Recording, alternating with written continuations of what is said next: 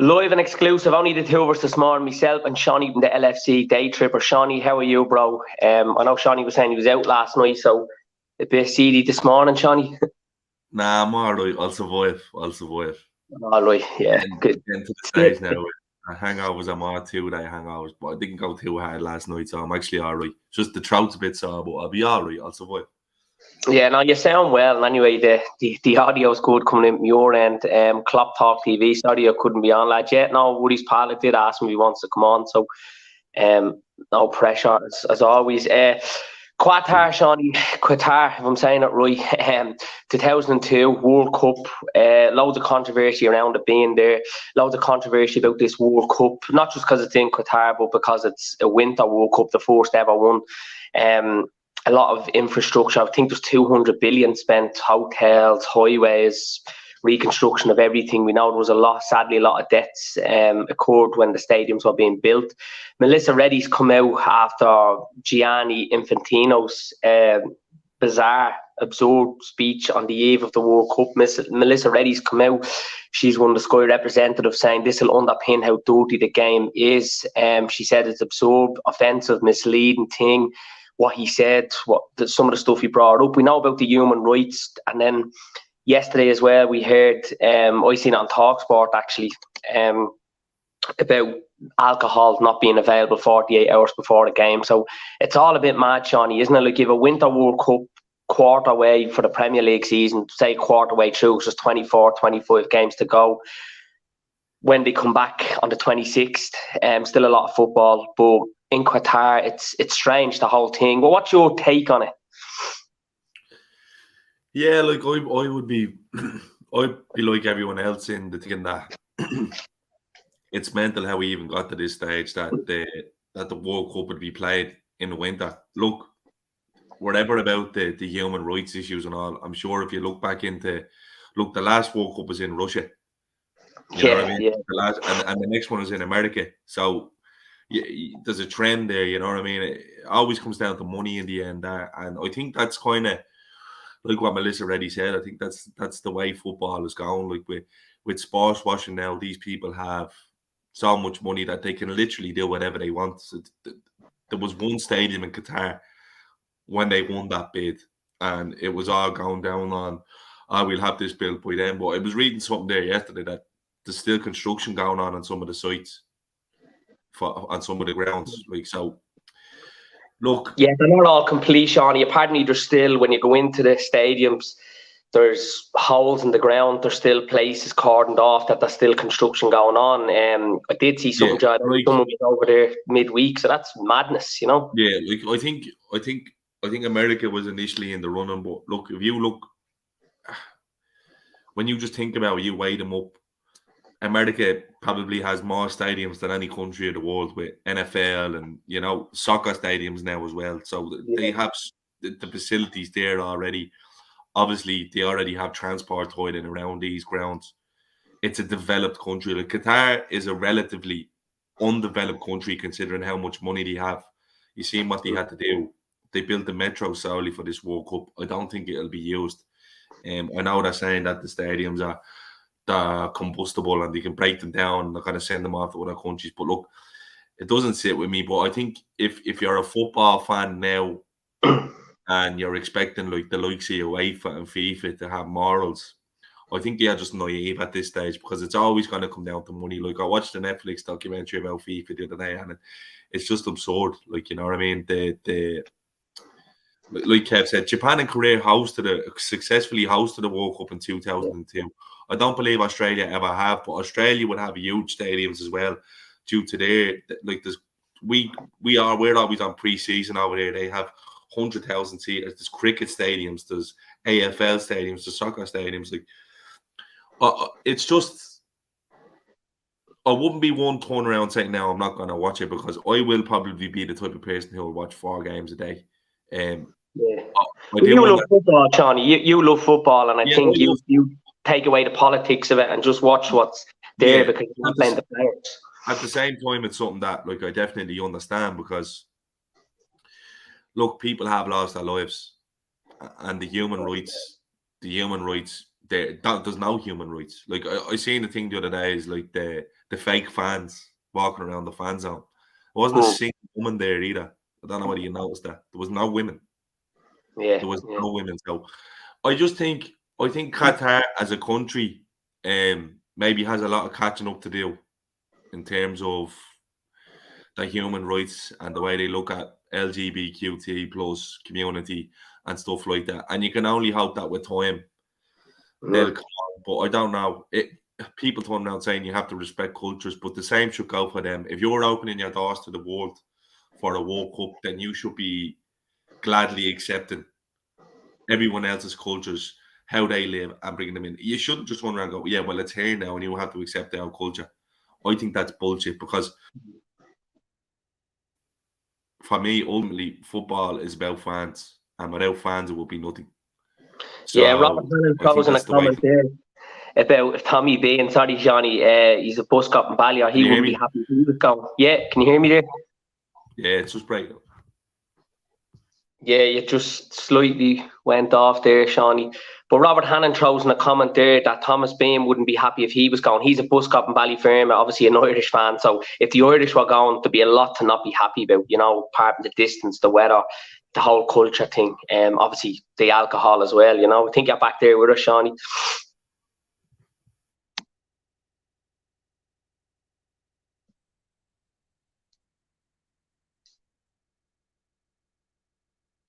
Probably get you back in there now, Seany. Hang on.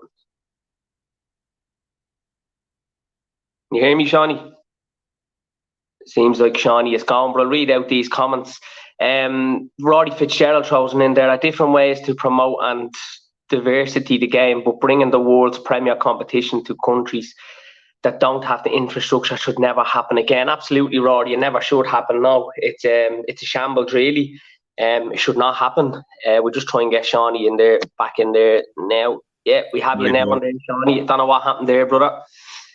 I'm just reading out there Roddy Fitzgerald's comment there, Seany. There are different ways to promote and diversity the game, but bringing the world's premier competition to countries that don't have the infrastructure should never happen again. No, it's a shambles. 100%. It shouldn't.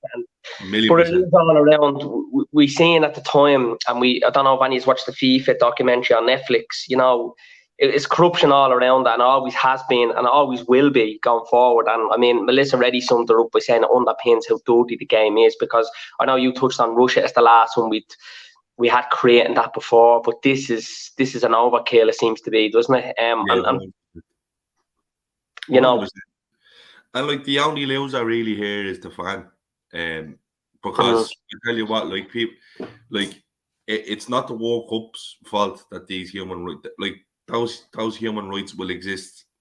Those issues will exist in that country long after the World Cup is gone.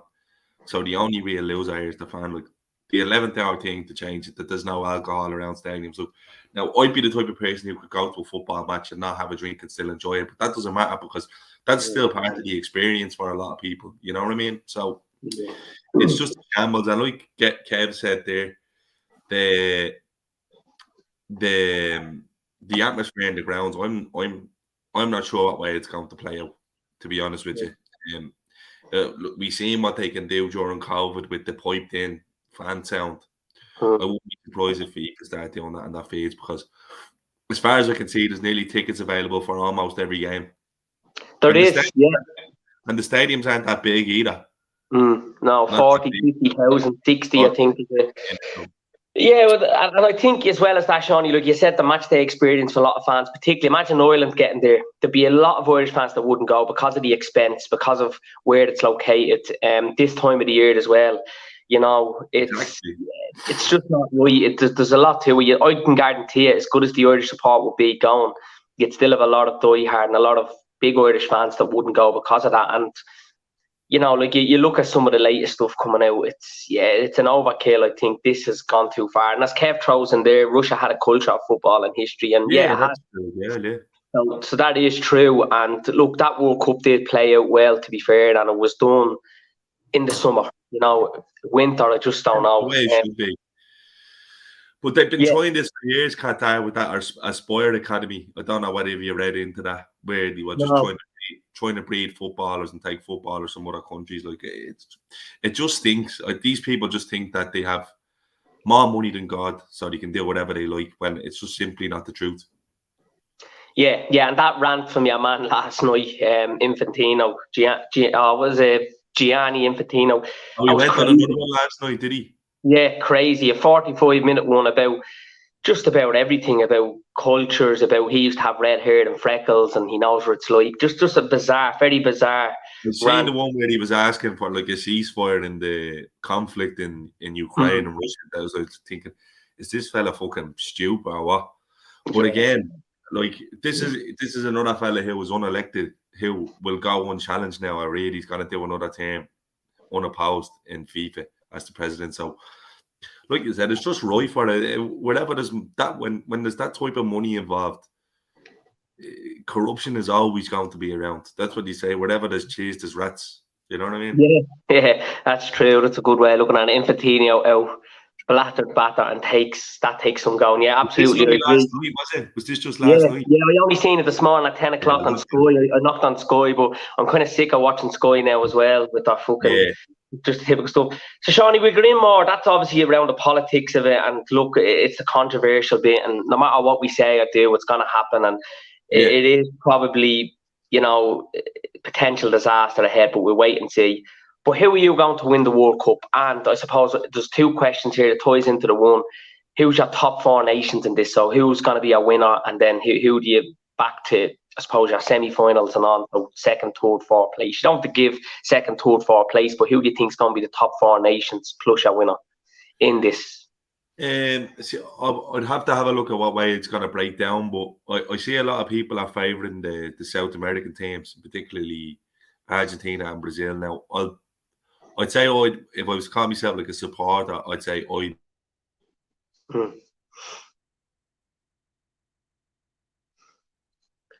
think Seany just went there. We'll get him back in, and anyway, we'll get Seany back in. He just went, some connection there. He's had a bit of a bad one this morning with the connection, but we're just kind of waiting here Seany's views on this. I mean, Seany was touching on there that some of the South American teams are going to be favourites, and a lot of people are backing them on Argentina, Brazil. Like, I mean, you look at Argentina, Dybala, Martinez, Messi, they've even young McAllister up in Brighton, who I think is a smashing player. He's having a great Premier League season. Then you look at Brazil, they've potentially the best goalkeeper in world football at the moment, and Alisson Becker at Liverpool being world class. The Bruno Guimaraes, Jesus, Rafinha, Anthony, Casemiro, Fabinho, Vinicius Junior. So there's some serious players that they have there. Brazil do, and Argentina, of course. So I also think the Spanish should be a good shout. I think the Germans, you've obviously the French there as well. England, I don't give too much of a chance to.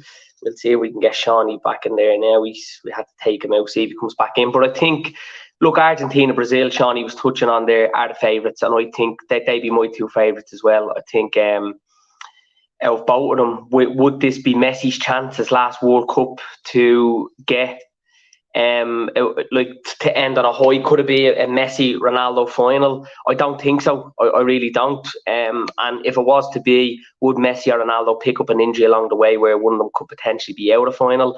It's hard to say, but I don't know. It's going to be interesting as well with Portugal now, where all this controversy around Ronaldo with this interview with Piers Morgan, what will happen, with Kev O'Sullivan here. We did one last night that'll be released today, and I ended up picking Argentina Germany final. Yeah, that's good, Kev, because it could be. I don't know. The Germans have always something special about them. They're a very good team now going into this tournament. I know they didn't do well the last tournament, I believe. Either did Spain. Didn't Spain go out against the host Russia in it on a shootout? But it could be Argentina Germany. Seany just texted me in there. The power's gone there, so Seany's not going to be back on. It's gone dead here. No, buddy, Seany, thanks, bro, for letting me know. But I could be, Kev. It actually could be in this. It could be an Argentina Germany final. I'm not so sure though. I know Argentina and Brazil can't get each other in the final. It's a bit of a pity because they'll get each other in the semis. But I suppose that gives a pathway for one of the South American teams to get to the final, and then one of the European teams. We know that it could be, Spanish could get there, Portugal, because it could be a Portugal and England semi-final. England semi-final I had because I can see Denmark topping the group with France and Ecuador piping Senegal in that group. Things can open up for a few countries, Serbia and other. Yes, that's true. I actually have Senegal, Kev, in the family sweepstake. I don't think they're going to win at Senegal, but I was happy enough they'd go far. But with Mane out now, it's a huge blow to them, But obviously, they won the African Cup of Nations to beat Egypt that time. They are a good side. They'll come here with good momentum, confidence, and belief that they can do something at this World Cup. And I was only saying to someone the other day that if there's ever a World Cup where one of the big teams don't win it or favourites, it's possibly going to be this one, halfway through a season. It's in Qatar. It's a Winter World Cup. I was just saying there, Seany, if there's ever a World Cup where one of the teams are not going to win it, one of the favourites, it possibly could be this. Look, I have Senegal in the family sweepstake. I don't think they're going to do it. Definitely not going to do it, but I was looking forward to them going far and possibly doing well. With Mane out now, it's a bit of a blow, isn't it? Yeah, it's a big ask for them, especially just how important he is to them. Everything they do goes through him. So I'm absolutely good for them as well, because I know we played them one before, but they only come around every 4 years. So players are lucky if they get 2 or 3 World Cups, So I was good for them, because Mane is never really injured. When he played for Liverpool, he was never injured. It's poor timing, and again, it's probably just like a product of the schedule that these lads have. And I think a team of this World Cup is going to be injuries during the tournament as well, which is going to be a big factor. So I think when you're looking at squads, that's going to make the big difference. So, like, just getting on to, I'd love to see Argentina win it personally. I'd love to see Messi kind of complete the sweep and ride off into the sunset. But the European teams just seem to have a grip on it at the moment. I think the last 3 were all won by European sides. So it's going to be interesting. I think it's the most open World Cup in a long time. Like Kev said, like, you could see a side like Denmark going deep the way they did in the Euros. They're a good side. They're tough to beat. Belgium, they have to come good eventually, don't they? Like this is probably the last round of the dice for their golden generation. I think England will be let down massively by that coach. Yeah, I agree, Seany. I think Southgate manages the way he played. He's very pessimistic, very safe, cautious, pragmatic, all those kind of negative words. Look, he's done well when you look at a semi-final and a final. You say he's done well, but you're 1-0 up after 2 minutes against Italy. You're at home. They've never done anything after that. They were so safe, very pragmatic, and then Italy obviously went on. Could have won it in normal time, in extra time, with the balance of play and chance they had, and then obviously won it on penalties. But England, for me, no. I think the best chance for them was gone at the Euros, and I thought even back then they couldn't even fuck it up, and they did. So I don't think England. No, I think, look, the quarter final for England, you could say, was good enough for what Southgate's done with them, but I don't know. For me, I think it's one of the South American teams. I'd love to see Messi, as you say, win it. Would it be a Messi-Ronaldo final?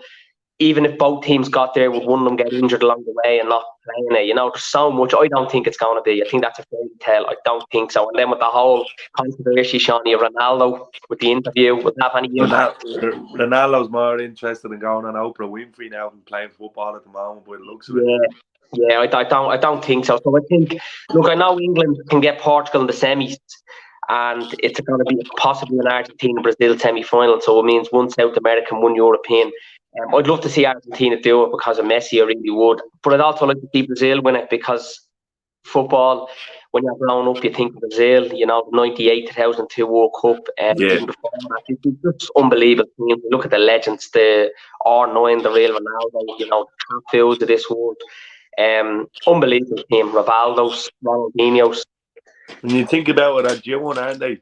They're probably due one. You could probably say that the Brazilians are due a World Cup, Yeah, I think so. I'd like to see Brazil win it, and then I think Alisson, outstanding keeper, best in the world at the moment. Not just saying that as being a Liverpool fan, but I really do. This season he's been unbelievable at Liverpool. He could have a big impact there as well, because you always need a good goalkeeper. And then even unbelievable midfield as well. When you look at Gamares and the Fabinho, who has been a shadow of himself, but he could be good for Brazil. Who knows? Who else? They've Vinicius Junior, Neymar, they've Anthony, Casemiro, they've Yamal. The only thing is, the Brazil fans will tell you as well, because I work with quite a couple of them. They tell you that Teach, who's their head coach, would err on the side of caution as well with his approach. Like, they reckon he won't play Vinicius Junior. He won't start him. Right, in the 11. He doesn't fancy him because he prefers a more pragmatic approach. He probably play Casemiro and Fred in the middle. So I think, like, we all fell in love with the football at the 98 and 2002 teams, but football is way too systematic now and methodical there, where you find these teams that just kind of play a certain way all the time are the ones that naturally progress. Like, it's why I always normally say Italy always do well at tournaments. It's why I always say Germany always do well at tournaments. And I think it's why England have done well at tournaments in recent, because they're familiar with Southgate's system. They all play the same way, the same time. So I think that's a big thing. But who knows what way this is going to go? Who knows what way the heat is going to affect it? The heat, the conditions that the players are playing in.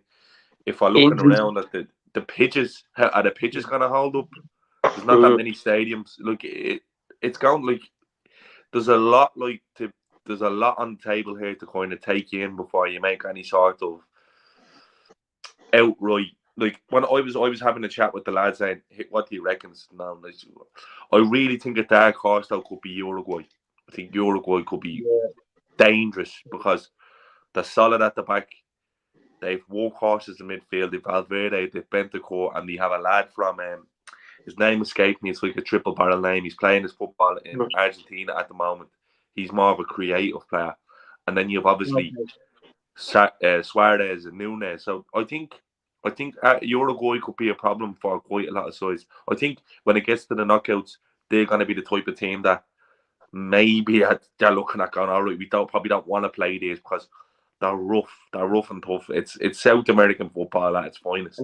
Suarez is real World Cup experience, hasn't he? With the controversy of him in the past, he'll do anything to win. We've seen the handball before. We've seen all sorts. Remember the handball, and they went through. We got pubs. He got took the red for it. So, Darwin Núñez is in good form now. He's momentum, confidence going here, and he'll want to implode on the world stage where he's a worldwide audience and show, look at this is who I am. So, yeah, they are a good show, and Uruguay, good South American team. You could never write them off. And I agree with you, Tony. I only said to someone, Jared, they actually got Uruguay in the sweepstake and says they could do something. I don't fancy them to win it.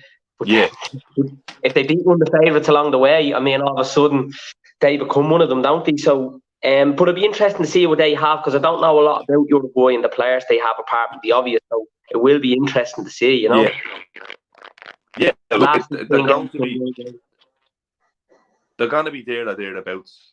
You know what I mean? They're going to be there or thereabouts. And it's like I said, it'll get to the stage. They're the type of team that when it gets into the knockouts, you kind of want to avoid. You know what I mean?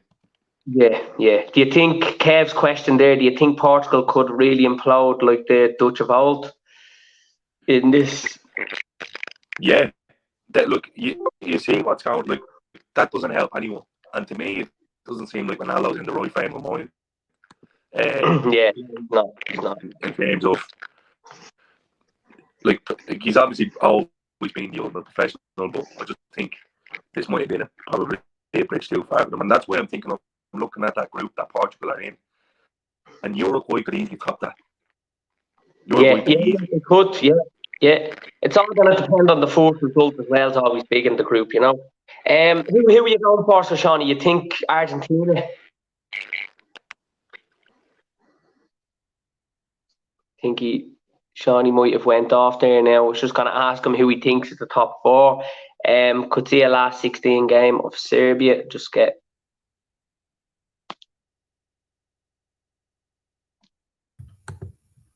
Sorry, Seany, we just have you back in there. So who do you think will win it, Seany? Argentina?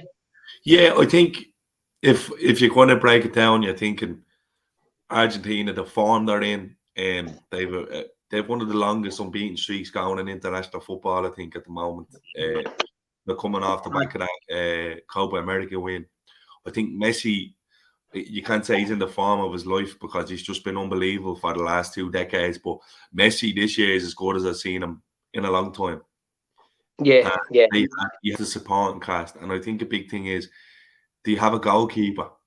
Argentina have missed having a goalkeeper for years, and although he's not I wouldn't say he's top level, but Martinez would be a clutch goalkeeper where he'll keep you in games and he can make the big saves.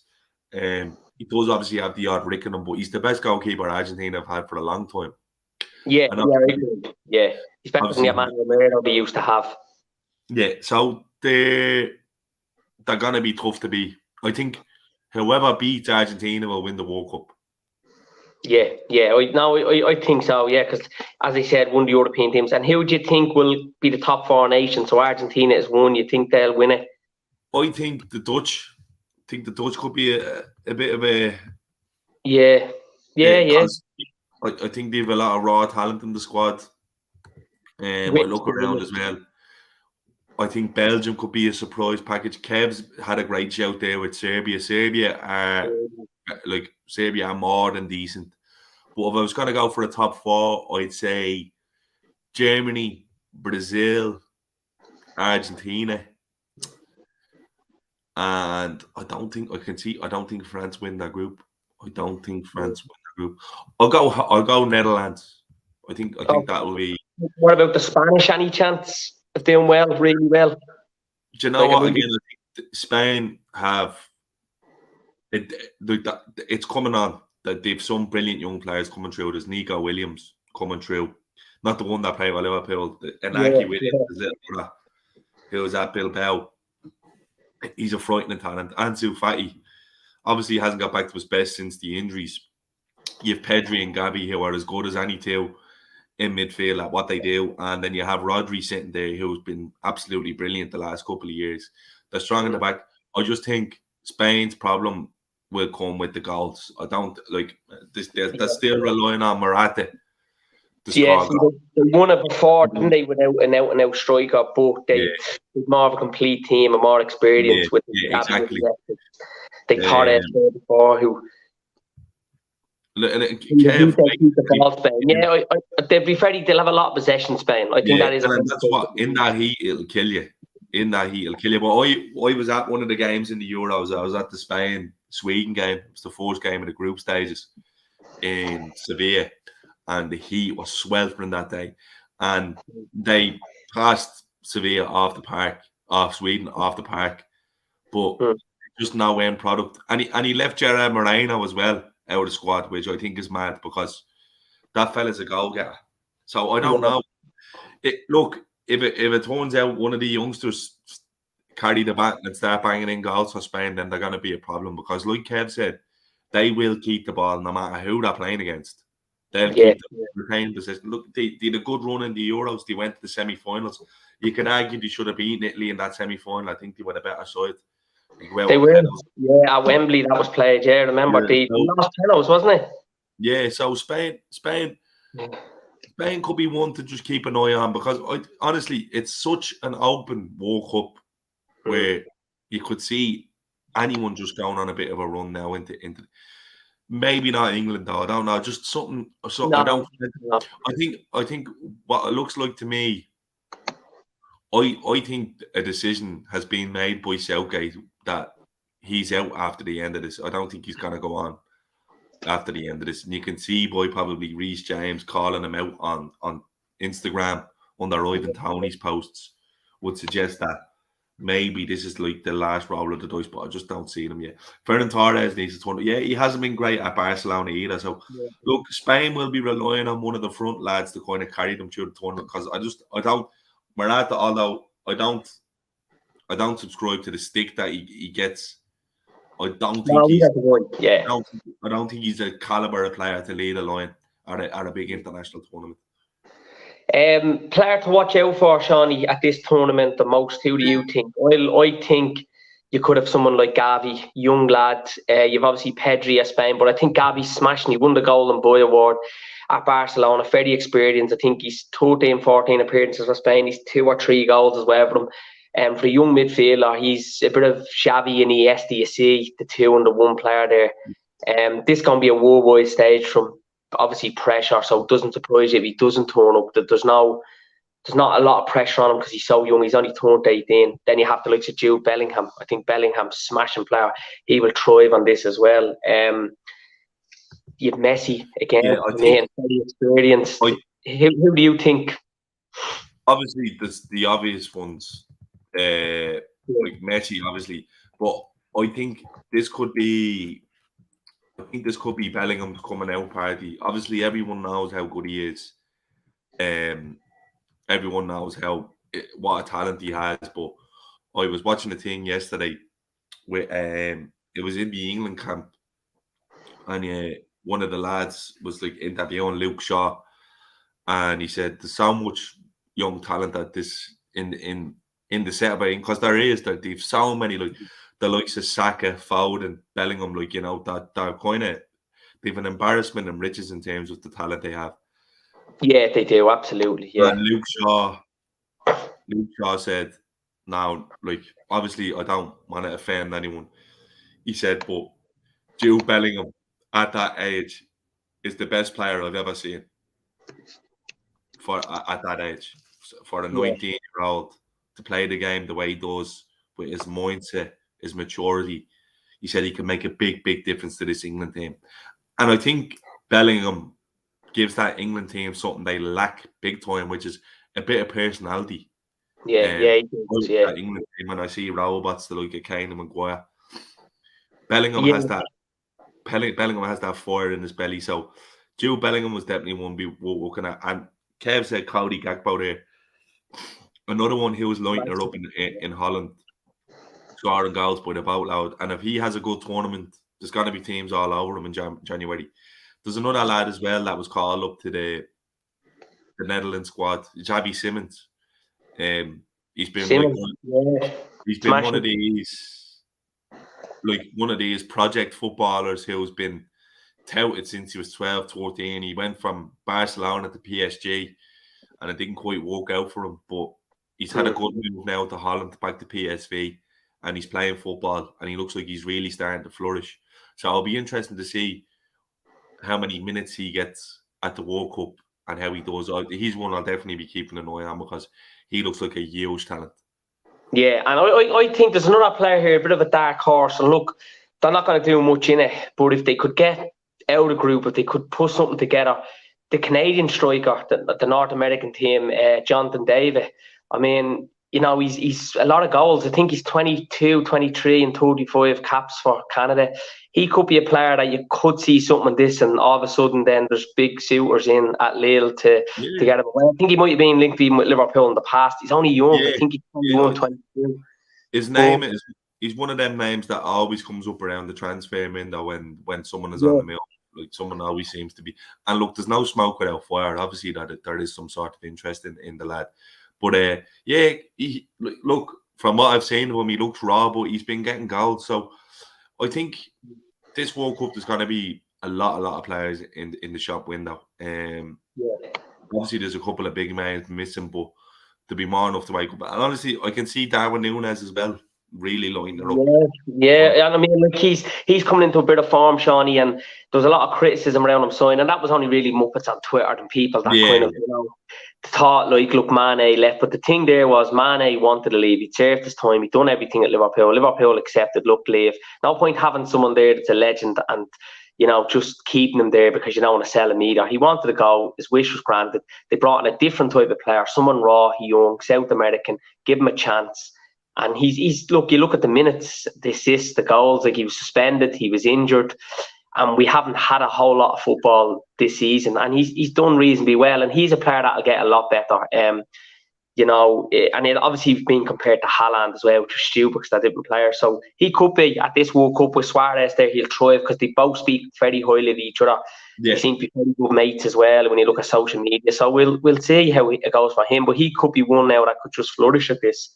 Absolutely, absolutely. You know, it'd be good for us, hopefully. I think it's come at probably a good time for him as well, because he looks like he's in a bit of he's getting into a bit of a stride. So playing games every 2 or 3 days will really suit him. And he's still so young. He's only 23. I think Uruguay as well could be one of that's what I said. Uruguay are a dark horse, in my opinion. And if he kicks in, because all you really need is to kind of get going. And once your striker gets going, you'll start winning games here, 1-0 there, because that's the way international football is. The difference makers at both ends of the pitch will ultimately decide who wins the tournament. And it'll just be the likes of a Nunes or a Gakpo catching fire. And they'll put teams away, because they're well able to keep the ball out of the other end. Yeah, no, I totally agree. I think there'll be a lot of close games, and it'd be good to see a few surprises as well, because generally you get one or two. But this one, there's pretty more. Your favourite ever World Cup kit, Seany? I think there's been a lot of them over the years. I look at Brazil 98 to 2002, lovely kits and kind of iconic as well, especially with the R9 and, as I said, Cafu and Rivaldo, Ronaldinho. I think Brazil 2002 was a bit nicer and modern than the 98 one, but the 98 they lost to France actually. Then the French 98 kit completely. The West Germany in 90, the Germany one in 90 was just something special. The iconic Adidas one. So I'd probably go with 2002 Brazil, just because it's a bit newer, but it's very iconic. There's so many lovely jerseys, really. But when you think about it, you caught me there with that one. You've some of the lovely Dutch ones as well. Like France 98 though was a real, like they won it that year. The Desailly, they had some unbelievable players, Sedan, the Petit, but that stands out. Yeah, it's very iconic. I'd say the German one from 90, Nigeria 94 for me is Kev. Nigeria have had some lovely ones. Japan had even a lovely one at the last one. Great kits. West Germany 90 is iconic. That's what I'm saying. The Adidas one. Yeah, it's actually a lovely kit. I think they're reselling that now. I think it was a lifestyle or something. I've seen something up on Instagram. A lot of them are using that silhouette again. They're bringing back the ones from the 90s. The West Germany one is lovely with the the colours across the chest. Yeah, that's a nice one. But I'd be inclined to say probably just for the memories, really, the 2002 World Cup, the Brazil one. Yeah, would be something that. Yeah, it's not even though Ireland played in that World Cup, Air Kit was playing brutal. It was Umbro, but that night wasn't on it as well. That Brazil one, it sticks out. Like when you say to me World Cup, that's kind of the image that comes to my head. The balloon that they had, remember they beat England, Ronaldinho, Cassini, and off guard, and that balloon was lovely. And you still see people having them on around. It's very iconic. 20 years later, and it's like I would have grown up and seen a lot of that. Like that, I remember that was kind of the prime years. But that was a lovely one for me. It stands out. And then even the France 98 when you'd see a lot of it, really like that too. Spain had a few nice ones. One of our from 90 wasn't bad. Yeah, it wasn't bad actually. It wasn't bad. The Irish one, Italian 90 one, wasn't it? That's perfect. So look, Seany, we'll see how it falls. Tomorrow's the first game, Qatar, Ecuador, and then you've back a full schedule on Monday. I think England's 1 o'clock, isn't it? And then every day it's full steam ahead then from 10 o'clock, 1 o'clock, 4 and 7. Then every day. So we'll see how it goes. I'll fancy Brazil or Argentina. 50-50 on both, and I don't mind who wins it. Argentina for Messi and Brazil just to get back going again, and we've seen some great iconic Brazil teams. So I'll be happy to see one of those. But look, I don't mind, as you said, it could be Uruguay, it could be someone else. We'll see. Spain, I don't know if they'll win it, but thanks for coming on today, Seany. Great, lads. Thanks. I know we had a few issues, but sure. Yeah, a few technical gremlins. Yeah, it's not what I would. We might go on again around the knockout stage, and we can discuss how the group stage went. We will, Seany. We'll definitely get on over the next couple of weeks. There's only a month of it left, so it'll come and go quick this World Cup. We'll get back. We have to fill time as well. Yeah. We'll get Kev on as well. I'm gonna watch this fella's rant now, and anyway, I don't know. I'm gonna put myself through it. No, dude, it's very interesting, but bizarre, very bizarre. It's crazy. It was the first headline on Sky at 10 and 11 today, so you'll get it now for Well, it's after 12 to 1 o'clock one. But yeah, we'll get Kev on as well for the knockout stage one. Thanks for getting in today to Rory, Kev, and that in the comments. But thanks for coming on, Seany. I'll chat to you soon, bro. Cheers, pal. All the best. And enjoy the World Cup. All the best, Yeah, Kev, as well, Rory. All the best, boys. So remember, everybody, like, comment, share this video, subscribe to the channel. Great getting Seany on today. Very knowledgeable bloke, knows a lot about his football, and Kev as well. Should have actually gotten on Kev today, but I've been on to Kev a lot lately about getting on, so we'll give him a break. We'll definitely get you on, Kev, for the knockout stage. But thanks to everybody for tuning in, subscribing, liking, and commenting on the video, and remember to share this as well on social media and whatever. So thanks to everybody for getting in, really appreciate it. Enjoy the World Cup. The start of it is tomorrow. As controversial, as political as it is, as crazy as this World Cup is set up to be, we'll all enjoy it because it's football and we love football, and we're just hoping that it's going to be a World Cup to remember for all the right reasons and not the wrong. Take care all, and have a good day. Enjoy the rest of the weekend.